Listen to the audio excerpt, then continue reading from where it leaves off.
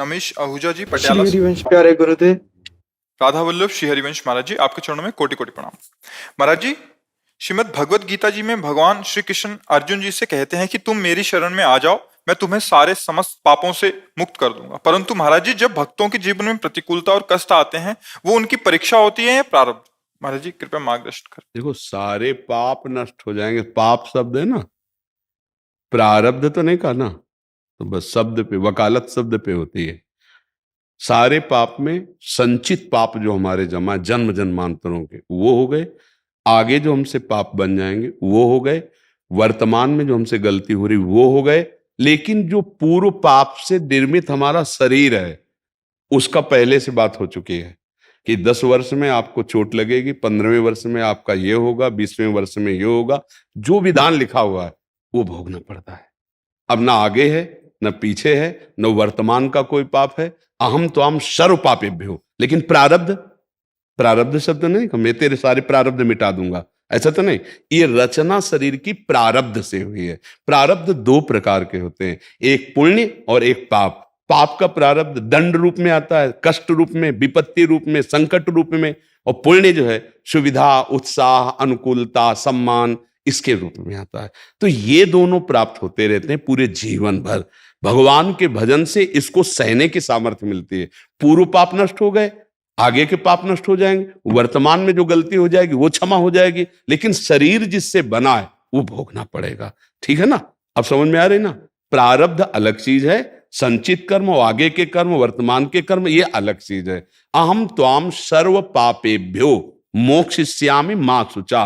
तुम्हें सर्व पापों से मैं मुक्त कर दूंगा। लेकिन जिस शरीर की रचना जिन कर्मों से हुई है वो अवश्य में भोक्तव्यम कृतम कर्म शुभाशुभम, वो भोगने पड़ेंगे। इसलिए बड़े बड़े संत सामर्थ्यशाली होते हुए भी भगवान के द्वारा प्राप्त सामर्थ्य से शरीर के कर्म को भोग लेते हैं, जो पूर्व के कर्मों से थोड़ा सा हिस्सा लेकर इसका निर्माण किया गया। अभी गोदाम जमा था तो हरि ने उसमें आग लगा दी, आगे जो गलती होगी उसमें आग लगा दी, वर्तमान में जो हो रही वो क्षमा कर देंगे, बड़े कृपालु हैं। लेकिन जो रचना हो गई उसे भोगना पड़ेगा। समझ पा रहे हैं आप? जी। अनंता व्यास जी। श्री हरिवंश। गुरुदेव, आपके चरणों में कोटि कोटि प्रणाम। गुरुदेव, हम विषय व्यक्ति संबंधों से कैसे हारें? बस यही बात यहां पहले सुधार करनी। पहले अपने को विषय नहीं स्वीकार करना। मैं प्रभु का पहले बात करो। यहां से हमारे सवाल में एक भी हासिल छूट जाए तो हल नहीं होगा। पूरा सवाल फिट कर दिया लेकिन एक हासिल जो लगाया था वो भूल गए तो आपका सवाल ठीक नहीं हुआ। आप इस प्रश्न का उत्तर पाने के लिए पहले सुधार करें कि मैं जैसा भी हूं श्री भगवान का हूं। मानते हैं या नहीं मानते हैं? किसका प्रश्न है? पहली बात ये स्वीकार करो मैं श्री भगवान का हूं, है ना? भगवान के हम अंश हैं। 2 भेद हैं, एक जो आप देख रहे हो प्रकृति रचना है, और इस प्रकृति रचना को जो जान रहा है वो अलग है। पर जो अलग है उसको आप नहीं जान पा रहे, और जो प्रकृति रचित है उसे आप जान रहे हैं। प्रकृति रचित क्या है? ये शरीर है, जिसे कभी मैं नहीं कहा गया, सदैव मेरा कहा गया। मेरा हाथ, मेरा नाक, मेरा कान, मेरा सर, मेरा मेरा। अंदर जाओ, मेरा मन, मेरी बुद्धि, मतलब वो भी प्रकृति रचित है। मेरा स्वभाव, कारण शरीर, वो भी प्रकृति रचित है। मैं स्वयं श्री भगवान का अंश हूं। ये आप लोगों ने सुना होगा, अगर शास्त्र स्वाध्याय करते तो पढ़ा होगा, ना सुना हो तो सुन लीजिए। आप न पुरुष हैं न स्त्री हैं। पुरुष स्त्री ढांचा है, पोशाक है आपकी। आप भगवान के सच्चिदानंद अंश हैं। यहां से सवाल हल होना शुरू होगा। आपने माना मैं भगवान का अंश हूं, भूल से मैं अपने को स्त्री या पुरुष मानकर इंद्रियों के विलास में विषयी बन गया हूं। अब मुझे सुधार करना है, क्योंकि मैं भगवान का अंश हूं। मुझे भोगों में जो प्रियता हुई है वो अज्ञान के कारण हुई है। उस अज्ञान की निवृत्ति सत्संग से, नाम जप से, दूसरों की परहित भावना से। अगर हमारे अंदर दूसरों से सुख लेने की भावना बनी रहेगी तो एक राक्षस पनपता रहेगा। राक्षसी भाव जिसे कहते हैं आसुरी भाव, आसु कहते हैं प्राणों को, जो अपने प्राणों को सुखी करना चाहता है वो राक्षस हो जाता है। जैसे मांस भक्षण, हर जीव जीना चाहता है, हर जीव को अपना शरीर वैसे प्रिय जैसे आपको मनुष्य शरीर प्रिय है। एक बार भगवान वेदव्यास जी, श्री कृष्ण द्वैपायन, महाभारत की कथा है, वो रास्ते से जा रहे थे तो एक नाली का कीड़ा निकल बड़ी तीव्रता से पार हो रहा था। उन्होंने उनकी भाषा में कहा, सब भाषाओं का ज्ञान था, कि भाई तू इतनी तीव्रता से क्यों पार हो रहा है? तो उनका, महाराज तुम्हें घर घर करती हुई ये गाड़ी सुनाई दे रही, ये आएगी और मुझे रौंद देगी, मैं मर जाऊंगा। तो बोले तुम्हें मर जाना अच्छा है, नाली के कीड़ा ही तो हो, तुम्हें दूसरी योनि मिलेगी। तो जो उत्तर दिया कि आपको श्री कृष्ण द्वैपायन व्यास शरीर जितना प्रिय है उतना ही मुझे कीड़े का शरीर प्रिय है। हर जीव को प्रिय, मतलब आप दूसरे के प्रिय शरीर का आहार कर रहे हैं जबकि आपके लिए वो निर्धारित नहीं है। आप अपराध कर रहे हैं, पाप कर रहे हैं, ये राक्षसी भाव ला रहे हैं। किसके कारण? प्राणों का पोषण और सुख बढ़ेगा इसके कारण। जो सुख भोगता भाव है यही हमसे पापाचरण करा रहा है। सुख भोगने का हमारे यहां धर्म का एक विधान किया गया है। यदि धर्म की रेखा के अंतर्गत आप सुख भोगेंगे, सांसारिक भी, तो आप धीरे धीरे निष्पाप होकर भगवान को प्राप्त हो जाएंगे। धर्म के विरुद्ध भोग भोगेंगे, धीरे धीरे पापात्मा होकर दुर्गति को प्राप्त हो जाएंगे। अब हमारा सुधार होना चाहिए। सत्संग मिल रहा है, इसका मतलब हरि की कृपा है। अब मोहि भा भरोस हनुमंता, बिनु हरि कृपा मिले नहीं संता। भगवान ने कृपा की तो अब बुरे आचरण न होने पाए। सब कोई जानता बुरे आचरण किसे कहते हैं, पढ़ाने या समझाने का विषय नहीं, सबके हृदय में भगवान बैठे हैं। जब बुरा आचरण आप सोचेंगे उसी समय उत्तर आ जाएगा, गलत हो, आप गलत हो, इसे सुधार लो। आपके अंदर भय समाएगा, पर मन बड़ा मतवाला है, वो किसी की ना सुनकर आपसे पापाचरण करा लेगा। इसीलिए कहते हैं आप निर्बल हो चुके हैं, आप बलवान बनिए। महाबल जो भगवान को अधीन कर ले ऐसा नाम में है। विश्वास करो, बिना विश्वास के परमार्थ में नहीं चला जाता। आप जैसे डॉक्टर हैं, आप विश्वास दिलाने के लिए बोलेंगे कि मैंने हजारों मरीजों को ठीक किया है। आपको विश्वास न हो, मेरी डिग्री देख लीजिए। आपको विश्वास न हो, जिन जिन मरीजों को ठीक किया आप उनसे बात कीजिए। मरीज को विश्वास दिलाना डॉक्टर का काम। अगर विश्वास हो गया तो एक औषधि पहली हो गई कि वो आपके वचन से प्रमाणित होकर स्वस्थता का अनुभव करे। ए भाई तू चिंता मत कर, मैं स्वस्थ करूंगा, भले स्वस्थ ना हो प्रारब्ध अनुसार, लेकिन वो उसको विश्वास हो गया तो कष्ट झेलने की क्षमता आ गई। ऐसे ही ये तो प्राकृतिक डॉक्टरी है, ये भागवतिक डॉक्टरी है। पहले इसमें विश्वास होना चाहिए कि ये जो संत बोल रहे हैं अगर ये जीवन में हम उतारेंगे तो हमारा मंगल हो जाएगा। पक्का समझो, इसमें मतलब किंचन मात्र ना स्वार्थ है हमारा, ना हमारे शास्त्रों का, इसमें आपका केवल मंगल है। बोलो आपसे हमारा क्या स्वार्थ है?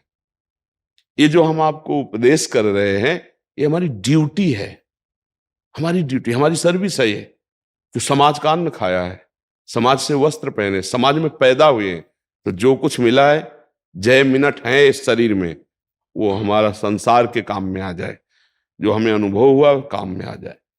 जिसके अंदर ये बात है कि ये पाप है, मुझे नहीं करना चाहिए, फिर भी वो बलात् कर रहा है, इसका मतलब जो उसको अनुभव हुआ कि नहीं करना चाहिए, उसके रोकने में क्षमता नहीं रही, उसकी अध्यात्म बलहीन हो चुका है। तो नाम श्री हरिवंश नाम बल लहो, जब हम राम कृष्ण हरि राधा जो नाम प्रिय हो वो नाम बार बार जपेंगे तो मेरे में एक बल आ जाएगा। मुझे नहीं करना तो फिर नहीं करना, ये तुम में क्षमता आ जाएगी।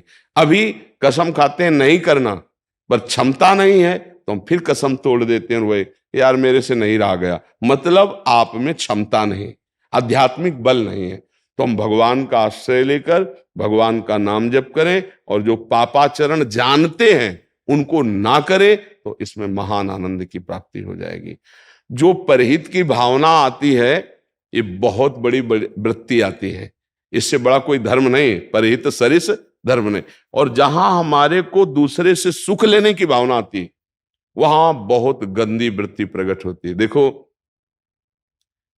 हमारी बहन को कोई गंदी दृष्टि से देखे भी तो हमें बर्दाश्त नहीं होगा, नहीं होगा ना। अगर आप सच्चाई से, धर्म से चलने वाले आदमी हो तो आपको ये बात बर्दाश्त नहीं होगी। पर आप दूसरे की बहन को गंदी दृष्टि से देखते हैं तो क्या आपको ये बात बर्दाश्त होनी चाहिए? सोचो। आत्मना प्रतिकूलानि परेशान न समाचेत। गंदी दृष्टि की तो बात रहे, दूर रही, दूसरी बहन बेटियों को हम क्या समझते हैं? विचार करके देखें।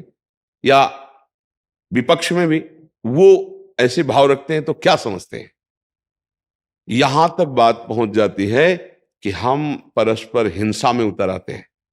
व्यभिचार दोष, हिंसा दोष भारी पाप हो जाते हैं। क्यों? क्या तुम्हारा उस समय दिमाग काम नहीं कर रहा था? बोले कर रहा था। पर आपने निर्णय क्यों नहीं लिया? बोले आध्यात्मिक बल नहीं था। आध्यात्मिक बल ही आपको इनसे बचा सकता है। शारीरिक बल ये कोई खास बल नहीं है। शारीरिक बल से आप काम विजय नहीं हो सकते, आप क्रोध विजय नहीं हो सकते। आप क्रोध करके क्रोध को बढ़ावा दे सकते हैं, लेकिन आध्यात्मिक बल आपको सुधार। ये जो हमारे अंदर बैठ गया, मैं विषयी हूं, मेरे को भगवान कहां मिल सकते हैं, मैं पापी हूं, मैं नीच आचरण करने वाला हूं, कुछ नहीं, कुछ नहीं। आप डरिए मत।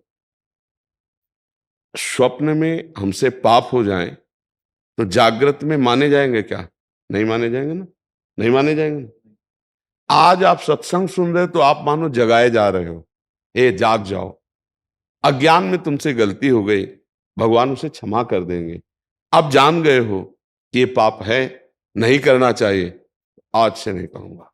अब लो नशानी, अब ना नशा। सच्ची मानिए, हमारे भगवान बहुत कृपालु हैं, वो क्षमा कर देंगे। हम लोग बड़े बेईमान हैं, भगवान के सामने भी कह देंगे कि आज से नहीं करेंगे, फिर भी करते हैं। उस बेईमानी को हटाने के लिए एक बल है, राधा राधा राधा। इसलिए सबसे प्रार्थना करते हैं। इसमें कोई हम नियम नहीं देते कि भाई तुम इतने बजे स्नान कर लो, जब उठो, शौचालय में हो, अपवित्र हो, पवित्र हो, कैसे भी हो, राधा राधा राधा राधा। आप खुद देख लेना, कोई पैसा नहीं लगता इसमें। भाई हम गरीब आदमी, हम नहीं खरीद सकते या हम नहीं कर सकते, बिल्कुल फ्री और महामहिमा में जो मनावे सो जपो। हम तो राधा राधा हमारा जीवन, इसलिए हम यही बोलेंगे। जब हम राधा राधा राधा, तो पहला काम हुआ कि संसार में जो हमारी, वो जिसे अंग्रेजी में एक पूछा था, ओवर थिंकिंग, जो हमारी सोच बढ़ती चली जा रही, हमको जलाती चली जा रही। बढ़िया भोजन रखा है, उसको पा रहे हैं, चिंतन कर रहे हैं, और अधिक का जल रहे हैं। वर्तमान का आनंद नहीं ले पा रहे, भविष्य के लिए हम जल रहे हैं। ये आपको नाम बचाएगा, ये आपको नाम बचाएगा। आपने जो पाप किए हैं, वो पाप आपको दंड देने के लिए घटना बनेंगे, इससे नाम बचाएगा आपको। विश्वास कीजिए, नाम संकीर्तनम यस्य सर्व पाप प्रणाशनम। आप कोई भी दुख भोगना नहीं चाहते, बोलो भोगना चाहता है कोई दुख, फिर भी दुख क्यों मिल रहा है? आप विचार करो। क्योंकि हमसे कर्म बन रहे हैं पाप वाले, और वो पाप का फल दुख होता है। आप अपनी खेती में दाख छुहारा पाना चाहते हैं और बम्बूल का पेड़ बोए, तो क्या आपको दाख छुहारा मिलेगा क्या? विश्वास कीजिए, हर आदमी सुख प्राप्ति के लिए कर्म कर रहा है, परिणाम में दुख मिल रहा है। इसका मतलब कहीं ना कहीं हम बीज जो बो रहे हैं उसमें गलत हो रहा है। जो हम चाहते हैं वो बीज नहीं बो पा रहे हैं। देख लो, सबको देख लो, किसी के पास 100 अरब हैं पर बहुत दुखी है। सच्ची मानिएगा, आपको पता नहीं है, ऐसे लोगों से भी बात होती है, बहुत दुखी है। सोचो ना, रुपए का, अच्छा रुपए का क्या भोग होता है? वस्तुओं का भोग होता है। कितना भोगोगे? शरीर नाशवान है, आज नहीं तो कल नष्ट हो जाएगा। ये सुख है तो धर्म पूर्वक आचरण करो, मेहनत की कमाई से अपने परिवार का भरण पोषण करो और नाम जप करो। ये छोड़ो मैं विषयी, मैं पापी, मैं हो गया बहुत रोना धोना। थोड़ा तो सोचो, तुम हरि के अंश हो, तुम अविनाशी हो। कितनी गलत सोच में तुम गिरते चले जा रहे हो। सोच को उठाओ। है जो हुआ सो हुआ, गलती हो गई, इसका मतलब मैं नष्ट थोड़ी हो जाऊंगा।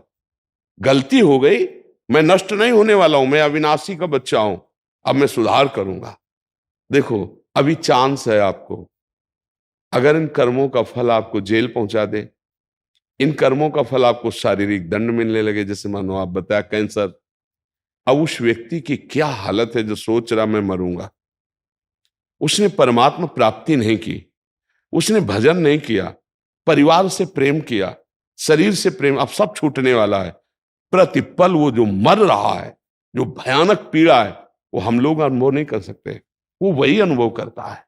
प्रतिपल भयानक पीड़ा शरीर की और मृत्यु की, और कहां जाऊंगा ये बड़ा भयावह है। इसी को दूर करने के लिए अध्यात्म, जहां जाना है वहां का पास नहीं, वहां का पैसा नहीं, वहां के लिए कुछ नहीं, वहां ये रुपया काम नहीं करता, नाम रूपी धन काम करता है। इसलिए कबीरदास जी कह रहे, कबीरा सब जग निर्धना, धनवंता नहीं कोई, धनवंता सोई जानिए जाके राम नाम। तो इसमें पैसा नहीं लगता भाई, नाम जप करो, अच्छे आचरण करो, तुम भगवान के अंश हो, इस बात का तुम ध्यान रखो। ये सब छोड़ो, मैं गरीब, मैं दीन, मैं दुखी, इसीलिए हो गए हो तुम, बड़े के होके अपने को भूल गए तो फंसा लिया तुम्हें माया ने, हो ये कष्ट भोगा जा रहा है। नहीं नहीं, सावधान, हम जैसे भी हैं भगवान के, आचरण बुरे नहीं, नाम जप, आप देख लेना मंगल हो जाएगा। ये सबके लिए है उत्तर, प्रश्न कोई भी करे, और हमें लगता है ये प्रश्न हम सबका है नहीं, उत्तर हमारा जो उत्तर होता है वो सार्वभौम होता है, सार्वभौम सबके लिए होता है जी। रमन अग्रवाल जी सहारनपुर से। श्री हरिवंश श्री हरिवंश महाराज जी, आपके चरणों में कोटि कोटि प्रणाम। महाराज जी, मेरा एक प्रश्न है, क्या कोई मानव शरीर पूर्ण रूप से दोष मुक्त हो सकता है, और यदि कोई मानव शरीर किसी भी तरह से दुर्वासनिक नहीं है तो क्या वो दोष मुक्त कहा जा सकता है, अंदर उसके अगर कोई दुर्वासना नहीं? अब इसमें एक विचार कीजिए, मानव शरीर की रचना दोष युक्त है, पर वो दोष मुक्त नहीं हो सकता, ऐसा नहीं कहा जा सकता। जैसे स्वर्ण का कोई भी आभूषण शुद्ध स्वर्ण का नहीं होता, उसमें कुछ मिलावट होती है, पर वो शुद्ध स्वर्ण नहीं निकल सकता, ऐसी बात नहीं है। गला के कसौटी में फिर उसका जो मिलावट है वो अलग की जा सकती है। ऐसे ही हमारी मिलावट है इस तन में, माया रचित दो कर्मों की, एक पाप कर्मों की, एक पुण्य कर्मों की। पाप कर्मों से दोषयुक्त वृत्तियां उदय होती हैं, और पुण्य कर्मों से गुण युक्त। जड़ चेतन गुण दोषमय विश्व कीन करतार, संत हंस गुण गाहे पे परिहरिवार विकार। जैसे दूध और पानी को एक में मिला दिया जाए तो किसी की क्षमता नहीं है कि उसे अलग कर सके, हंस की क्षमता है, वो नीर छीर का बिल्कुल अलग, वो दूध पी लेगा, पानी बचा रहेगा। ऐसे ही जो तपस्या के द्वारा, भजन के द्वारा पापों का नाश कर चुके हैं, उनके हृदय में दुर्वासना होती ही नहीं है, फिर पाप कर्म होंगे ही नहीं, तो वो परम शुद्ध हो जाते हैं। उनका तन भी ब्रह्म रूप, मन भी ब्रह्म रूप, और स्वयं ब्रह्म रूप। ऐसे सहज में नहीं है। सहज में आप आभूषण लेकर उसे मिलावट रहित करना चाहे तो नहीं होगा, उसको जलाना पड़ेगा, तपाना पड़ेगा। ऐसे ही जो महापुरुष तपस्या के द्वारा, तप किसे कहते हैं? तप का तात्पर्य जैसे काम है, क्रोध है, लोभ है, मोह है, ये हमारे हृदय में आकर हमको जलाते हैं और उनको हम सह जाते हैं, काम क्रोध लोभ मोह मद को। इसे तपस्या कहते हैं। और अगर हम उनके अनुसार चेष्टा करते हैं, उसे विषयी पुरुष कहते हैं। विषयी पुरुष सदैव दोषी रहता है, और जो इन विषयों के वेग को सह लेता है उसे महात्मा कहते हैं। देखो भगवान कह रहे हैं गीता जी में, यम ही न व्यथ्यन्ते पुरुषम पुरुषर्षभ सम दुख सुखाधीरम स्वमृतत्वाय कल्पते। हे अर्जुन, जो इन वेगों के व्यथा से व्यथित नहीं होता, सह जाता है, वो अमृत पद का अधिकारी। अमृत माने निर्दोष ब्रह्म स्वरूप हो जाता है, उसका शरीर भी ब्रह्ममय हो जाता है। क्योंकि शरीर से पाप नष्ट, मन से पाप वासना नष्ट, बिल्कुल भगवदाकार वृत्ति। तो संत जन इतने निष्पाप हो जाते हैं कि दरस परस अघनाश, गोस्वामी तुलसीदास जी ने भी लिखा है, संत दरस जिम पातक टरई। तो क्या सबके दर्शन से पाप नष्ट होते हैं? क्या है तो वही शरीर, उनके दर्शन से क्यों पाप नष्ट होते हैं? क्योंकि उन्होंने अपने शरीर को, अपने मन को निष्पाप कर लिया है। जैसे चना का, गेहूं का दाना कहीं भी डाल दो, जल और मिट्टी के संयोग से अंकुरण होगा और वो जग जाएगा, लेकिन भून के डाल दो, नहीं होगा ना, निर्दोष हो गया, अब उसमें अंकुरण नहीं होने वाला। ऐसे ही संत का मन और संत का हृदय भुना हुआ चना है। जित संग दोषा, कितना भी पास में भोग सामग्री हो, संत हृदय जिम उपज न कामा, ऊसर बरसई तृण नहीं जामा, संत हृदय जिम उपज न कामा।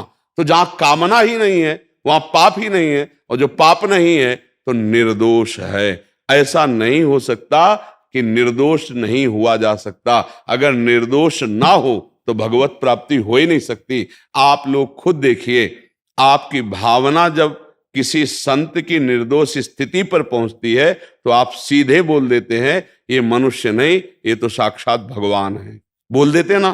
क्यों बोल देते हैं? क्योंकि वास्तविक अब उनका शरीर, उनकी वाणी, उनका मन, उनकी चेष्टा भगवान में तन्मय हो गई। तो जो दोष था जीवत्व का, शरीराभिमान का, वो नष्ट हुआ, तो साक्षात संत और भगवान एक हो गए।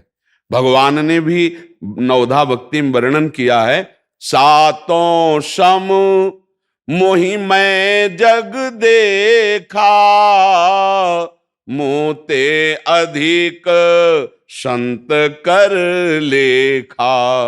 सातवीं भक्ति है कि सब में मेरे को देखे, लेकिन संत को मेरे से भी अधिक देखे। क्यों? क्योंकि उसने भगवान का भजन करके भगवत स्वरूप तन को भी कर लिया, मन को भी कर लिया। तो ऐसा नहीं है कि दोष युक्त प्राणी कभी निर्दोष नहीं हो सकता। घोर वैश्यागामी, चोर, हिंसक, पापी जब भगवान की कृपा हुई और नाम जप में लगे और साधु संग मिला तो ब्रह्म ऋषि हो गए, महात्मा हो गए, निर्दोष हो गए। और इतने निर्दोष हो गए, सतरति सतरति सा लोकान तारयति, वो खुद तर गए, वो दूसरों को तार दिया, लोक के लोक को पावन कर दिया, लाखों करोड़ों असंख्यों को भगवत प्राप्ति करा दी। ये निर्दोष स्थिति आ जाती है। आप समझ पा रहे? भगवान के भजन से सब कुछ संभव है। वैसे ये दोष युक्त रचना है, इसकी जो रचना हुई है वो मिलावट से हुई है, ये शुद्ध नहीं है। इस पर जब तक हम अपनापन रखेंगे तब तक दोष ही दोष रहेंगे। और जब निर्दोष श्री भगवान से अपनापन होगा तो आप निर्दोष हो जाएंगे। उनका नाम, उनका रूप, उनकी लीला, उनकी सेवा, उनका चिंतन, तो वो भी भगवत स्वरूप हो गया। ब्रह्मविद ब्रह्मैव भवति। अब काम का चिंतन, क्रोध का चिंतन, लोभ का चिंतन, मोह का चिंतन, धन का चिंतन, मान का चिंतन, तो दोष ही दोष है नहीं? तो ये हाँ, तो ऐसे जैसे सहज में आप सोने को निर्दोष नहीं कर सकते, उसको गलाना पड़ेगा, कसौटी पे कसा जाएगा। ऐसे तपस्या की आग में जलना पड़ेगा, काम क्रोध लोभ मोह मद मत्सर रूपी कूड़ा हटाना पड़ेगा, तब शुद्ध ब्रह्म तुम थे, हो, रहोगे, ऐसा अनुभव हो जाएगा। ऐसा अनुभव हुआ तो भगवान का ऐसा महान अनुभव करने वाला जगत के लोगों को भी पावन कर देता है। और पावन नहीं हो रहे अगर संत जन ना हो तो आप देखो मति कहां जा रही है। और जिन जिन के कानों में शब्द पढ़ रहे हैं, वो पकड़ रहे हैं, तो देखो वो कहां जा रहे हैं, उठने लगे। बोले 6 महीने से सत्संग सुना, मांस छोड़ दिया, शराब छोड़ दिया, गंदी बात छोड़ दी। कितनी बड़ी बात हो गई। हाँ, कितनी बड़ी बात हो गई। परिवर्तन हो रहा है ना। इसका मतलब है कि हमारा सुधार हो सकता है। भानु प्रताप सिंह जी लखीमपुर से। महाराज जी श्री राधे। महाराज जी, मेरी दादी शंकर जी का मंदिर बनवा रही थी, स्वर्गवास हो गया, अभी मंदिर अधूरा है। अब मेरा मन राधा नाम में आसक्त हो गया है। क्या शिवलिंग और राधा कृष्ण का मंदिर एक साथ हो सकता है? क्या करूं, कुछ समझ ही नहीं आ रहा। पहले तो अगर केवल शिव जी का ही संकल्प था तो शिव जी का ही मंदिर बनवा दीजिए, समझ रहे ना। और प्रियता भगवान शंकर की कृपा से ही होती है। राधा कृष्ण के चरणों में प्रीति भगवान त्रिपुरारी शिव जी की कृपा से होती है। वो परम वैष्णवाचार्य देवाधिदेव महादेव कृपा करते हैं, तब भगवान के चरणों में प्रेम। जा पर कृपा न करें पुरारी, सो न पाओ मन भगत हमारी। तो जो दादी जी का तुम्हारे संकल्प था उसको पूरा करो। भगवान शिव का मंदिर जो अधूरा है उसे पूरा बनवा दो, और हृदय में प्रतिष्ठा करो राधा कृष्ण की, और मंदिर में प्रतिष्ठा करो भगवान शिव की। वो आपके हृदय वाली बात वो पूरी कर देंगे। और मंदिर बनवाना सरल है, लेकिन बराबर उनकी पूजा होती रहे, ये बात ध्यान में रखना है। नहीं, बहुत से ऐसे बड़े मंदिर बने हुए जिनमें कोई जल चढ़ाने वाला नहीं। तो इसीलिए जैसे कोई हमसे सलाह ले कि हम मंदिर बनवाना चाहते हैं, तो हम पहले कह देंगे कि मंदिर बनवाने के पहले तुम्हारे पास अर्थव्यवस्था इतनी होनी चाहिए कि उनकी सेवा होती रहे। हम मंदिर बनवा दिया, कोई जल चढ़ाने वाला नहीं, प्राण प्रतिष्ठा कर दी, तो फिर अपराध हो जाएगा। बहुत मंदिर बने पड़े हैं, उनमें जल चढ़ाने वाला कोई नहीं है। अब दादी ने संकल्प किया है तो आपकी दादी हैं तो आपको करना ही है, पर ये व्यवस्था हमारी तरफ से प्रार्थना है कि उनकी सेवा होती रहे।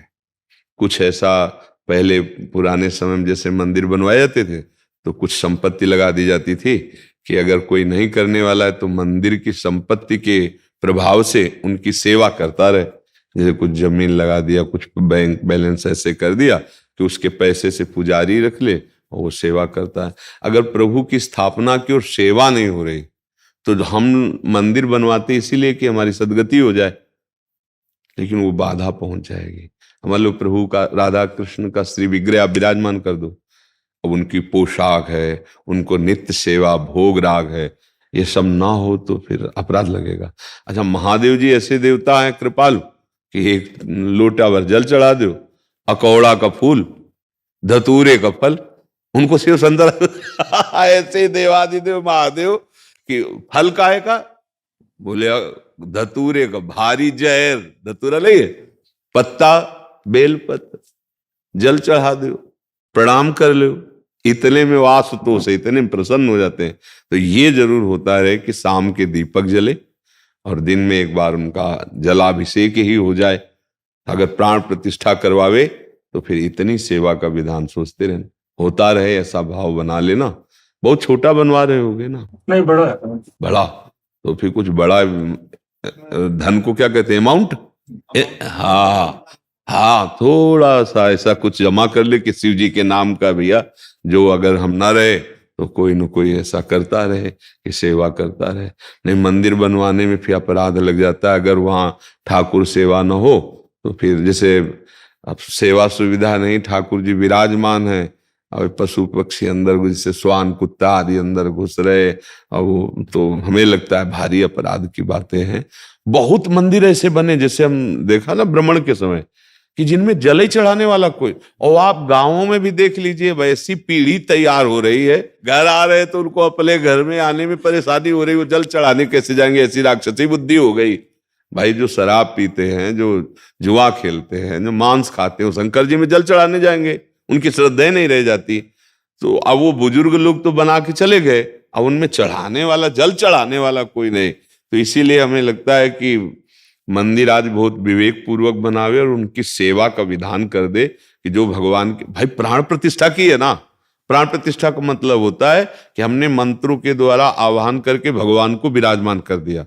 अब हम जैसे सुबह दोपहर शाम भोजन पाते हैं, ऐसे वो प्राण प्रतिष्ठित शिव हैं। तो कम से कम चलो वो महादेव हैं, तो एक बार जल चढ़ जाए, एक बार भोग लग जाए, एक बार आरती हो जाए, इतना तो हो ही जाना चाहिए कि रोटी दाल सब्जी जो बने दोपहर में एक बार उन तक थाली पहुंच जाए, सुबह जल चढ़ा दिया और शाम के आरती कर दी, कुछ थोड़ा मीठा आदि का भोग लगा। अगर इतना नहीं है तो मुझे लगता है फिर मंदिर नहीं बनवाना चाहिए, प्राण प्रतिष्ठा नहीं करानी चाहिए, नहीं तो अपराध बनता है। ठीक है ना जी। डॉक्टर नरेंद्र कुमार जी, राधे राधे महाराज जी। महाराज जी, मेरा एक प्रश्न है। मैं एक कैंसर वैज्ञानिक हूँ। मैंने 5 वर्ष अमेरिका में भी कैंसर पर शोध किया है, किंतु एक बार कैंसर हो जाए और वो एक जगह से दूसरी जगह फैल जाए तो उसका कोई इलाज नहीं। किंतु आपने बोला कि महापुरुषों की कृपा से वो भी ठीक हो सकता है। आपने दातुन करने वाले और संत के कुल्ले करने का उदाहरण दिया। महाराज जी, विज्ञान और अध्यात्म में मैं कैसे समझूं महाराज? क्योंकि जैसे प्रारब्ध भोग है तो पूर्व पाप से आया है, उन्होंने अपने तप का ट्रांसफर कर दिया और उसको प्रारब्ध भोग को अपने ऊपर ले लिया, खत्म हो गया। अब ये सामर्थ्य तो अध्यात्म में है, विज्ञान में तो है नहीं ना। हाँ, जैसे आप अज्ञान से युक्त होकर के विषयों में विचरण कर रहे हैं और संत ने कृपा दृष्टि से देख लिया और संकल्प किया इस जीव का उद्धार हो जाए, तो आपकी चेतना में परिवर्तन आने लगेगा। आपको साधु संग अच्छा लगने लगेगा, भगवान का नाम अच्छा लगने लगेगा, दूसरों की भलाई करना अच्छा लगने, पाप से घृणा होने लगेगी। ये स्वयं से नहीं हुआ, ये संत कृपा से हुआ। कृपा से कुछ भी हो सकता है। आप अपनी संपत्ति का ट्रांसफर कर सकते हैं ना, किसी को कर सकते हैं ना। तो भजन रूपी संपत्ति का ट्रांसफर जब किसी के ऊपर कर दिया जाता है तो उसके पाप को अपने में ले लिया जाता है। ये संकल्प शक्ति महात्माओं में होती है। देखो, विज्ञान हमारे शास्त्रों से निकला कोई अलग नहीं है, बिल्कुल समझ लेना। जो जिन मिसाइलों को, जैसे हमारे आग्नेयास्त्र, तो उन्हीं से बनाया गया है। वारुणास्त्र, विविध प्रकार के अस्त्रों का, विविध प्रकार के जो मारक क्षमता वाले हैं, वो पहले से हैं। कुछ मंत्र के द्वारा होते थे, कुछ उसकी प्रवीणता के द्वारा होते थे, आज विज्ञान के द्वारा उसका होते हैं। जो बारूद काम कर रहे वही मंत्र काम करते थे। साधारण कुश उठाया, मंत्र के द्वारा संकल्प साधा, प्रांत का प्रांत भस्म कर दिया। तो अलौकिक शक्ति और लौकिक शक्ति, तो लौकिक अलौकिक से ही आती है। तो विज्ञान शास्त्र से ही आया है। कोई भी ऐसा ज्ञान नहीं है जो हमारे शास्त्रों में न हो। शास्त्रों तक हमारी पहुंच होनी चाहिए। आखिरकार इनके अंदर विज्ञान क्यों नहीं आ गया डॉक्टरी का, आपके अंदर क्यों आया? तो भगवान ने दिया, आप यही बोलोगे ना। भगवान ने आपको इतनी प्रवीणता दी कि आप एक अच्छे डॉक्टर बन गए। इनके कर्म के अनुसार इनको प्रवीणता दी कि ये किसान है, एक को प्रवीणता दी कि घर संभाल नहीं पाता, और एक को प्रवीणता दी पूरे राष्ट्र को संभाल रहा है। ये भगवत प्रदत्त होता है, ये भगवान का दिया हुआ ज्ञान होता है। कैसे देते हैं? तो भेद क्यों करते हैं? समोहम सर्वभूतेषु, वो तो सबके प्रति समान भाव रखते हैं। हाँ, उसने पूर्व में तपस्या की, पूर्व में तप संचय किया, तो भगवान ने उसे योग्य बना दिया कि पूरे भारत की सेवा करो। उसने अपने पापों का संचय किया तो भगवान ने दिखा दिया कि देखो, तुम्हारे पाप का परिणाम है कि तुम अपने आप को भी नहीं संभाल सकते हो, खुद डिप्रेशन में पहुंच रहे हो। ये आध्यात्मिक को जब आप समझेंगे तो कोई आश्चर्य नहीं है, कोई आश्चर्य नहीं है। आपकी परम गति आप करना चाहें तो बहुत जन्म लग सकते हैं। अगर कोई भगवत प्राप्त महापुरुष कृपा कर दे तो दिनों में आपको अनुभव होने लगेगा कि हम अध्यात्म की कितनी ऊंचाई पर चढ़ गए। कोई अरब खरबपति हमको अगर अपना पैसा ट्रांसफर कर दे तो अभी अरब खरबपति हो गए। ऐसे भजन का ट्रांसफर होता है, संतों का स्वभाव होता है ऐसा। बहुत हट करके जब कोई, तो फिर उस पर करुणा उनकी, पहले तो टालते हैं फिर करुणा प्रकट हो जाती है। भगवान अपने वचन भले विसार दें लेकिन भक्त के वचन पूर्ण करते हैं। ये हमारे भगवान का स्वभाव और प्रभाव है। कोई सृष्टि का ऐसा विषय जो व्यक्ति से संचलित हो रहा हो, आप विज्ञान के द्वारा प्रमाणित करेंगे, ईश्वर के द्वारा संचलित हो रहा है। आप उसे घटनात्मक रूप लेकर के केवल क्रिया की व्याख्या कर सकते हैं, कारण की व्याख्या नहीं कर सकते। ज्वार भाटा आया, एक क्रिया है, क्यों आया तो उसको बताया ऐसे से ऐसे ऐसा हो, लेकिन ऐसा क्यों हुआ, उसका कारण तो बोलेगी ईश्वर। मानते हो ना? हर घटना, हर परिस्थिति, हर प्रकृति का जिसने सृजन किया है वही इसका कारण है। अगर थोड़ी भी श्रद्धा रखा जाए तो स्पष्ट समझ में आएगा। कि कारण, अगर कारण तत्व चाहे तो सारे अपराध क्षमा कर सकता है और अभी निष्पाप कर सकता है। वो कह रहे हम तो हम सर्व पापेभ्यो मोक्षयिष्यामि मा शुचः। कई बार उदाहरण दिया, बार बार उदाहरण देने से समझ में आ जाए इसलिए कहते हैं। मुकदमा में हम हार गए, हमें फांसी की सजा हुई, लेकिन एक गुंजाइश है, राष्ट्रपति क्षमा कर सकते। अब इसमें चमत्कार क्या है? वो राष्ट्रपति है, उसका अधिकार है।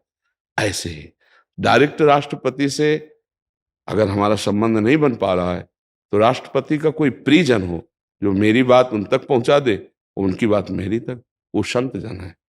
अखिल कोटि ब्रह्मांडों के अधिपति भगवान है। आपकी प्रार्थना में और संत की प्रार्थना में अंतर हो सकता है, तो जब दोनों मिलकर प्रार्थना करें तो चमत्कार प्रकट हो जाएगा। भगवान का अवतार भी प्रार्थना से ही होता है, तो दुर्लभ नहीं है। विज्ञान एक क्रिया को देखती है, अध्यात्म क्रिया और कारण दोनों को देखता है। अंतर इतना है, विज्ञान एक क्रियात्मक वस्तु। आप चंद्रलोक चले गए, लेकिन चंद्रलोक की रचना किसने की? आपको पावर किसने दिया? आपको साहस किसने दिया? आप मृत्यु को भुलाकर उसका अनुभव करने जा रहे हैं, पता नहीं लौट के आए कि ना आए। ये बल किसने दिया?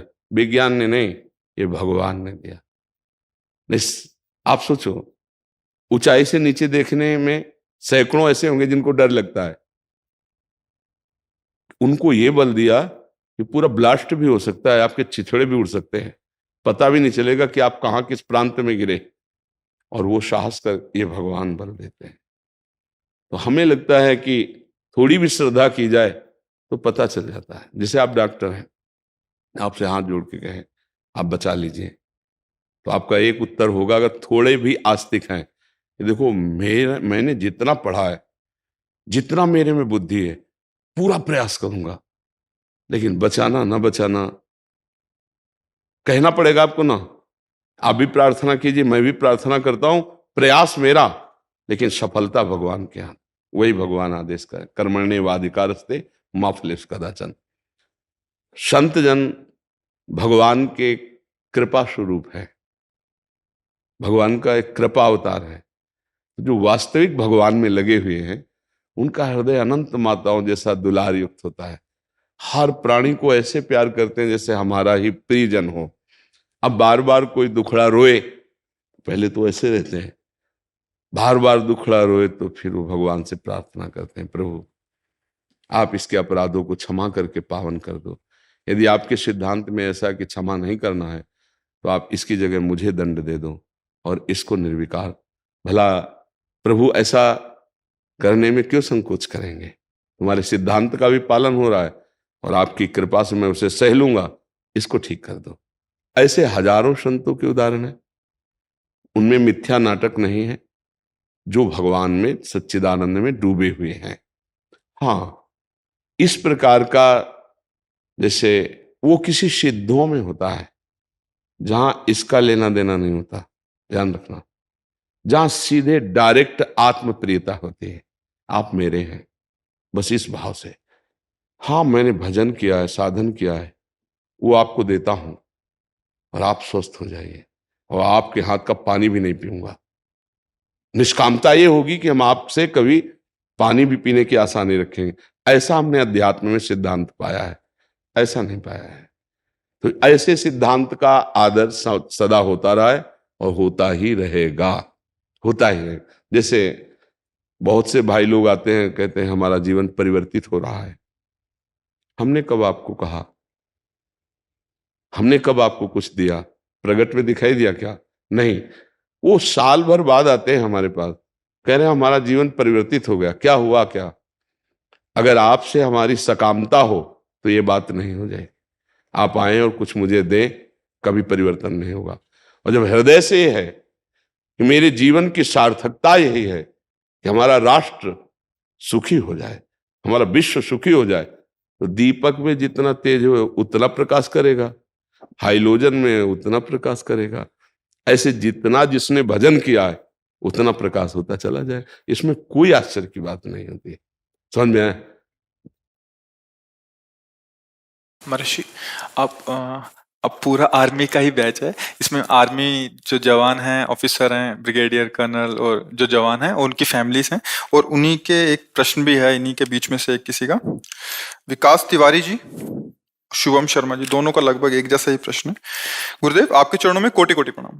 गुरुदेव भगवान, मैं एक फौजी हूँ जिसकी वजह से मेरी खान पान, नित्य रोज के कर्म एक साधक जैसे नहीं हो पाते, और इस कारण से मन बहुत विचलित हो जाता है। और कभी कभी मन में ये आता है कि अब नौकरी क्या छोड़ देनी चाहिए, या महाराज जी।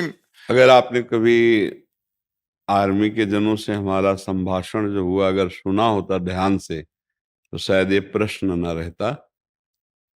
हमने ये सदैव उनको कहा है कि जैसी भी परिस्थिति हो, उस परिस्थिति में आपका लक्ष्य केवल राष्ट्र सेवा है, ना कि आहार। आहार में क्या आता मुझे नहीं देखना। मान लो आप युद्ध में हो, अब उस समय आपका लक्ष्य है शत्रु पक्ष पर वार करके अपने को बचाना, अपने राष्ट्र को बचाना। अब प्राण पोषण के लिए उस समय जो कुछ आता है उस पर निर्णय नहीं करते क्या आता है। जो सरकार दे रही उसे उदर में डाला और गोली चला करके अपने राष्ट्र की रक्षा की, अपने को बचाया। हम इस समय कोई घर गृहस्थी में बैठकर के साधना करने वाले साधारण व्यक्ति नहीं है। हम राष्ट्र की रक्षा करने वाले राज सैनिक हैं। तो वहां धर्म बदल जाता है। ध्यान रखना, स्थान और योग्यता और उपाधि अधिकार के अनुसार फिर धर्म का स्वरूप भी, उपदेश अलग बदल जाता है। अभी आप रिटायर हो, आप घर में रहते हो, आपको अलग उपदेश होगा। लेकिन जब तैनात हैं आप, तो आपका पक्ष नहीं रह गया कि आपको क्या भोजन में मिल रहा है, आपको किस समय नहाने को मिल रहा है। ये सब बातें नहीं देखी जाती। ये बातें देखी जाती है रिटायर होने के बाद। ये बातें देखी जाती हैं जिस समय अन्य कार्यों में आपके लिए नहीं। आप राज सैनिक हैं, आपको जो मिले आंख मूंद कर उसे खाइए, और राष्ट्र की सेवा में जो आप प्राण समर्पित करने के लिए तैयार हैं, इससे बड़ी कोई साधना नहीं। प्राण समर्पित करने वाला ही साधक कहा जाता है। हमारी बात को समझना। जो संत अपने प्राणों का मोह छोड़कर भगवान में समर्पित होकर हर कष्ट सहता हुआ आगे बढ़ा, वही विजयी हुआ है, वही सिद्ध हुआ है, वही भगवत प्राप्त हुआ है। खान पान की व्यवस्था बुद्धि को शुद्ध करने के लिए चाहिए। हमें आपकी बुद्धि की शुद्धता की जरूरत नहीं है। आपकी बुद्धि में क्रूरता की जरूरत है कि अगर हमारे सामने हमारे राष्ट्र को क्षति पहुंचाने वाला है, तो हम क्रोधावेश में भर करके उसका सर्वनाश करेंगे। अब इस बुद्धि के लिए मूंग की दाल और गेहूं की रोटी की बात नहीं आएगी। इसके लिए सिर्फ तुम्हारे सामने राष्ट्र है और उसकी रक्षा है, इसके आगे कुछ नहीं। हाँ, ये जरूर है कि हम राम कृष्ण हरि राधा जो नाम प्रिय हो नाम उच्चारण करेंगे और दौड़ करके दुश्मन का गला काटेंगे। इसके लिए हमें जो भी आहार, जो भी बल, जैसे भी रखा जाएगा, हम राज सैनिक हैं, कोई स्वयं स्वतंत्र नौकरी पेशा वाले नहीं। आप लोग अपने जीवन का बलिदान के आपकी बराबरी कोई भी नहीं कर सकता, क्योंकि जीने के लिए व्यापार है, जीने के लिए और भी तरीके। आप हमारे राष्ट्र सेवा में गए हैं तो जीने के लिए नहीं गए, राष्ट्र रक्षा के लिए गए। अब राज्य सरकारी विधान में आपको कैसा भोजन मिलता है, कहां खड़े किया जाता है, इसका प्रश्न नहीं है। आप राष्ट्र सेवा में कोई भी आपकी समानता करने वाला नहीं। जैसे एक संत अपने जीवन को तपस्या के द्वारा तपा करके सर्व मंगल की भावना करता है, वैसे ही आप हर कष्ट सह करके हमारे राष्ट्र की पूरी रक्षा की जिम्मेवारी आपके कांधे पर है। अब वहां प्रश्न नहीं बनता कि मेरा मन दुखी होता है, मुझे क्या भोजन मिलता है। नहीं, जैसा भोजन मिले, जैसे वस्त्र मिले, जैसी परिस्थिति मिले, जब तक हमें सरकारी सेवा ये है, तब तक हम प्राणों की बाजी लगाकर खड़े, और यही हमारी साधना है। उसके लिए आपको नीचे उतर कर बात नहीं करनी कि हमको नहाने को नहीं मिलता। हमको प्रश्न है, कह रहे जम्मू कश्मीर में वहां बर्फ है, 1-2 हफ्ते बिना स्नान के हो जाते हैं। वो हम कह के आ रहे हैं, पहले कह रहे हैं हमें स्नान करने को नहीं मिलता, हमें सुबह बैठ करके जप करने को नहीं। तुम्हारा जप गोली चलाना है। हमारी बात को मान लेना, हम किसी पक्ष से नहीं कह रहे, हम तस्मात् शास्त्रम प्रमाणम कह रहे हैं, शास्त्र प्रमाणित करें। अर्जुन जी कह रहे हैं मैं संन्यास लूंगा, भीख मांग के खाऊंगा, लेकिन युद्ध नहीं करूंगा। और भगवान जी ने पूरी गीता इसी बात की सुनाई, अपने कर्तव्य का पालन करना ही सबसे बड़ा भजन है। अर्जुन उठ, और गांडी में प्रत्यंचा चढ़ा और मार इन सबको। आखिर फिर भी नहीं समझ में आ रहा था, तो विराट रूप रख के दिखाया कि तू निमित्त बन जा, मैंने मार दिया इनको। बस देखो, दयालु हृदय राज सैनिक का नहीं चाहिए। पहली बात समझ लो, कहां दया करनी है कहां नहीं करनी है। अगर आपका भोजन एकदम सात्विक हो जाए तो आपकी हिम्मत नहीं कि आप गला काट लो। एक बात हमारी ध्यान रखना, सात्विक एकदम भोजन हो जाएगा जैसे संत महात्माओं का होता है, थप्पड़ जमा दो तो लौट के थप्पड़ जमाने की हिम्मत नहीं है, नहीं होगी। इतनी दयालुता, इतनी कृपालुता हृदय में आ जाती है कि वो अपना गला कटवा सकते हैं लेकिन दूसरे की क्षति नहीं कर सकते। आप राष्ट्र सेवा में हो, आपको इस दयालुता की जरूरत नहीं है। आपको जो हमारी दयालुता से हमको गति मिलेगी, तुम्हारे को क्रूरता से मिलेगी। शत्रु पक्ष पर टूट पड़ना अपने प्राणों की बाजी लगाकर और उसका नाश कर देना। तो जब तिरंगा फहराएगा ना तो आप विजयी हुए। चाहे आपका शरीर पूरा हुआ है या शरीर है, लेकिन वो आपकी सदगति होगी, क्योंकि राधा नाम चल रहा है, कृष्ण नाम चल रहा है और राष्ट्र के लिए समर्पित पक्का।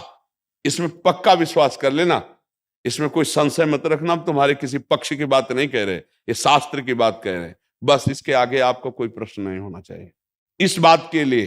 हाँ, आगे बोलिए। अगर गुरुजी एक संशय था, जैसे कि हम जब से आपको नहीं जाना, उससे पहले हमारी व्यवहार उन फौज में कुछ और थी, तो आपके आने के बाद हमने कुछ अपनी व्यवहार में मतलब ऑटोमेटिक बदलाव आने लगे। तो लोग बोले तुम ये क्या कर रहे हो, शांत रहते हो, किसी से बात नहीं करते हो, ये अपने आप में क्या गुमसुम रहते हो। मतलब लोग काफी ज्यादा निंदा करते हैं, जिससे काफी बेचैनी होता है गुरुजी। देखो, इसमें तुम्हारी गलती है।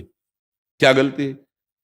जो हमारे अंदर की प्रवीणता उसको छुपाना सीखना चाहिए और व्यवहार में ऐसे रहना चाहिए कि तुम्हें कोई पहचान न पावे कि तुम क्या हो।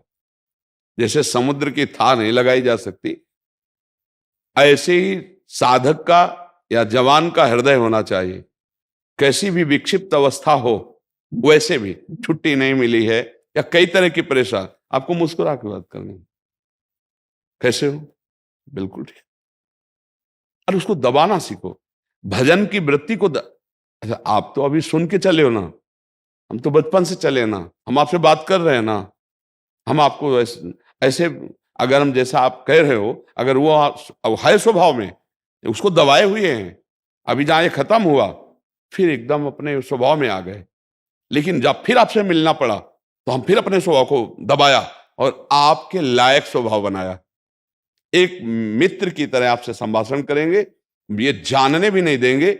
आप तो 4 दिन से शुरू किए हो, यहाँ पूरे जीवन का खेल है, तो हमको तो एकदम ही हो जाना चाहिए ना। तो एकदम ही तो है, लेकिन उसको शासन में लेके जब हमारे सेवा कार्य, जब तुमसे मित्र बात करें वैसे हंस के बात करो। गंदे आचरण करने की हम अनुमति नहीं देते। गंदा आचरण तो कहीं भी नहीं करना चाहिए, संयम से रहना चाहिए, धर्म से रहना चाहिए, पर हमको ऐसा भी नहीं दिखाना है कि आप जवान होकर के राष्ट्रीय रक्षा के विभाग में होकर आप गुमसुम रहेंगे, तो वो भी ठीक नहीं। नहीं गुरुजी, मेरा कहने का मतलब वो नहीं था। जैसे क्या था कि लोग इधर की बातें, उल्टी सीधे बातें ज्यादातर करते हैं, उन बातों से हम बचना चाहते हैं। तो वो लोग नहीं, अब यहाँ भी आपको राज सैनिक के कारण कह रहा हूं, यहाँ भी वो बातें कर रहे हैं, ऐसे कह रहे हैं, अपने भी मुस्कुरा, अंदर से राधा राधा जप रहे, अपने कोई प्रभाव नहीं। जो रहीम उत्तम प्रकृति का कर सकत कुसंग, चंदन विष व्यापत नहीं लपटे रात भुजंग। बलवान बन, इसमें भी निर्बलता है, परमार्थ की निर्बलता ही है। अरे सबके बीच में मुस्कुरा के हंस करके, वो हंसी मजाक कर रहे हैं, हम राधा राधा अंदर से जप रहे हैं। हाँ भाई ठीक, उसको समझ में नहीं आना चाहिए कि आप बहुत गंभीर हैं, आप कोई धर्म में चल रहे हैं, आप कोई भजन कर रहे हैं। नहीं, एकदम चतुरता सीखो। समझ रहे हैं हमारी बात? जैसे गुरुजी इस बीच में कोई गलत बातें, गलत आचरण कर रहा है, उस बीच में हम राधा राधा जप रहे हैं, हंसी मजाक भी कर रहे हैं, वो हम पे असर नहीं करेगा ना कुछ गुरुजी? बस इसी चीज का भय होता है गुरुजी। चतुर सुजान वही है जो सब जगह पूरी बाजार से निकल जाए, लेकिन हर दुकान, हर सामान थोड़ी मैं खरीदनी, हमें जो खरीदनी वही खरीदनी। ये थोड़ी कि हर दुकान में हम खड़े हो गए जाकर, नहीं, हमें कहाँ जाना है, हमारा लक्ष्य क्या है। गंदी बातें हो रही, हंसी मजाक हो रही, क्योंकि सब प्रकृति के जवान है, और करेंगे नहीं तो डिप्रेशन में पहुंच जाएंगे। बात समझिए ना, छुट्टी नहीं मिल रही, विविध प्रकार के कष्टों को सह रहे, तो हंसी मजाक कर रहे, उनके विषय में नहीं सोचना, अपने को क्या करना, उसी में सम्मिलित हो जाते हैं। नहीं तो मन में भय बना रहता गुरुजी की कहीं हम भी ऐसे करते तो फिर से वैसे नहीं बने। नहीं, कमजोर के हो, उस समय हम राधा राधा जपेंगे, बहुत आनंद आएगा। जब तुमसे हंसी मजाक कर रहे हो और उस समय तुम अंदर से राधा राधा राधा और हंसो वैसे ही, जानने मत दो, तो देखो आप बहुत अच्छे हो जाओगे। गुरुजी आपने जैसे कुछ मैंने आपकी वाणी में देखो अलग अलग उपदेश है, ये संतों को जब बोलेंगे ना तो ये नहीं बोलेंगे, संतों को जो बोलेंगे तो अलग बोलेंगे, गृहस्थों को बोलेंगे अलग। ना आप संत हो ना आप गृहस्थ हो, आप राज सैनिक हो, आपको ये समझना पड़ेगा ना। नहीं, जैसे आपने कहा था जैसी रहनी होती सहनी होती, जैसे मतलब हम जैसी बातें सुनेंगे धीरे धीरे मन वैसा, तो डर ये बना रहता है कि उनकी और आज हम जो तुम्हें उपदेश दे रहे हैं इसको नहीं पकड़ पा रहे हो। कर लिए गुरुजी। बस बिल डर मत, साथ हम तेरे, जी गुरु। डर मत। अरे बहुत उत्साह की जरूरत है। स्वांग करना है, केवल स्वांग करना है बच्चा, सच्ची मानना। असलियत में हम भगवान के थे, भगवान के हैं, भगवान के ही रहेंगे। स्वांग में हमसे गलती हो गई। हमें जगन नाटकों में एक वीर सैनिक का स्वांग मिला है, ये ध्यान रखना। हमारी उस स्वांग में कमी नहीं होनी चाहिए, तो हमें इनाम मिलेगा भगवत प्राप्ति। बिल्कुल बच्चा, बिल्कुल हमारे अंदर की बात को समझ लो, बिल्कुल हृदय से कह रहा हूं, कोई जान ना पावे कि तुम क्या हो। जैसी बात जैसा उसमें वो आप रमे हुए दिखाई दे रहे हो, लेकिन आपके अंदर राधा राधा चल रहा है, और आप किसी भी गंदगी को अंदर स्वीकार नहीं होने दे रहे, और गंदगी के बीच में बैठे हुए, ये शराब पी रहे, ये मांस खा रहे, ये मजाक कर रहे, हंसी कर रहे, वहां आप भी बैठे हो। हाँ, आप बिल्कुल अपने में बैठे हो। ऐसे को जब वहां परास्त कोई नहीं कर पाएगा तो सृष्टि में परास्त नहीं कर। भगवान ने बढ़िया परिस्थिति दी है, और हंसो, खेलो, बात करो, लेकिन जहां तुम्हारी भ्रष्ट होने की बात आवे वहां अपने को बचा लो। सबके बीच में रहना सीखो, और ऐसे रहना सीखो घुल मिल के। जल में ही कमल पैदा होता है, जल में ही रहता है, अलग उठा के देखो बिल्कुल अलग मिलेगा। ऐसे होता है परमार्थिक साधक। अगर ऐसे तो मानो आप राज सैनिक ना होकर के अगर गृहस्थ होते तो पूरा परिवार आपका परेशान हो जाएगा। स्वांग तुम्हें क्या मिला है गृहस्थ का, तो उसी पद्धति से चला जाए। इस समय स्वांग तुम्हें वीर सैनिक का मिला है, बिल्कुल नहीं। बाहर और अंदर के दोनों के दुश्मनों से परास्त नहीं होना। बाहर के दुश्मनों से परास्त ना होने के लिए ट्रेनिंग है, वो अंदर के दुश्मनों से परास्त ना हो, ये राधा नाम है और ये सत्संग है। न काम, न क्रोध, न लोभ, न मोह, न मद, न मत्सर, इन पर अंदर से विजय प्राप्त करो, और बाहर से शत्रु पक्ष महावीर हो, क्या परास्त होना है। आप ये ना समझो कि आपको कोई परास्त कर देगा, नहीं। आपकी अगर परास्त होने की फिसलन है तो परास्त हो जाओगे, नहीं नहीं परास्त होगे।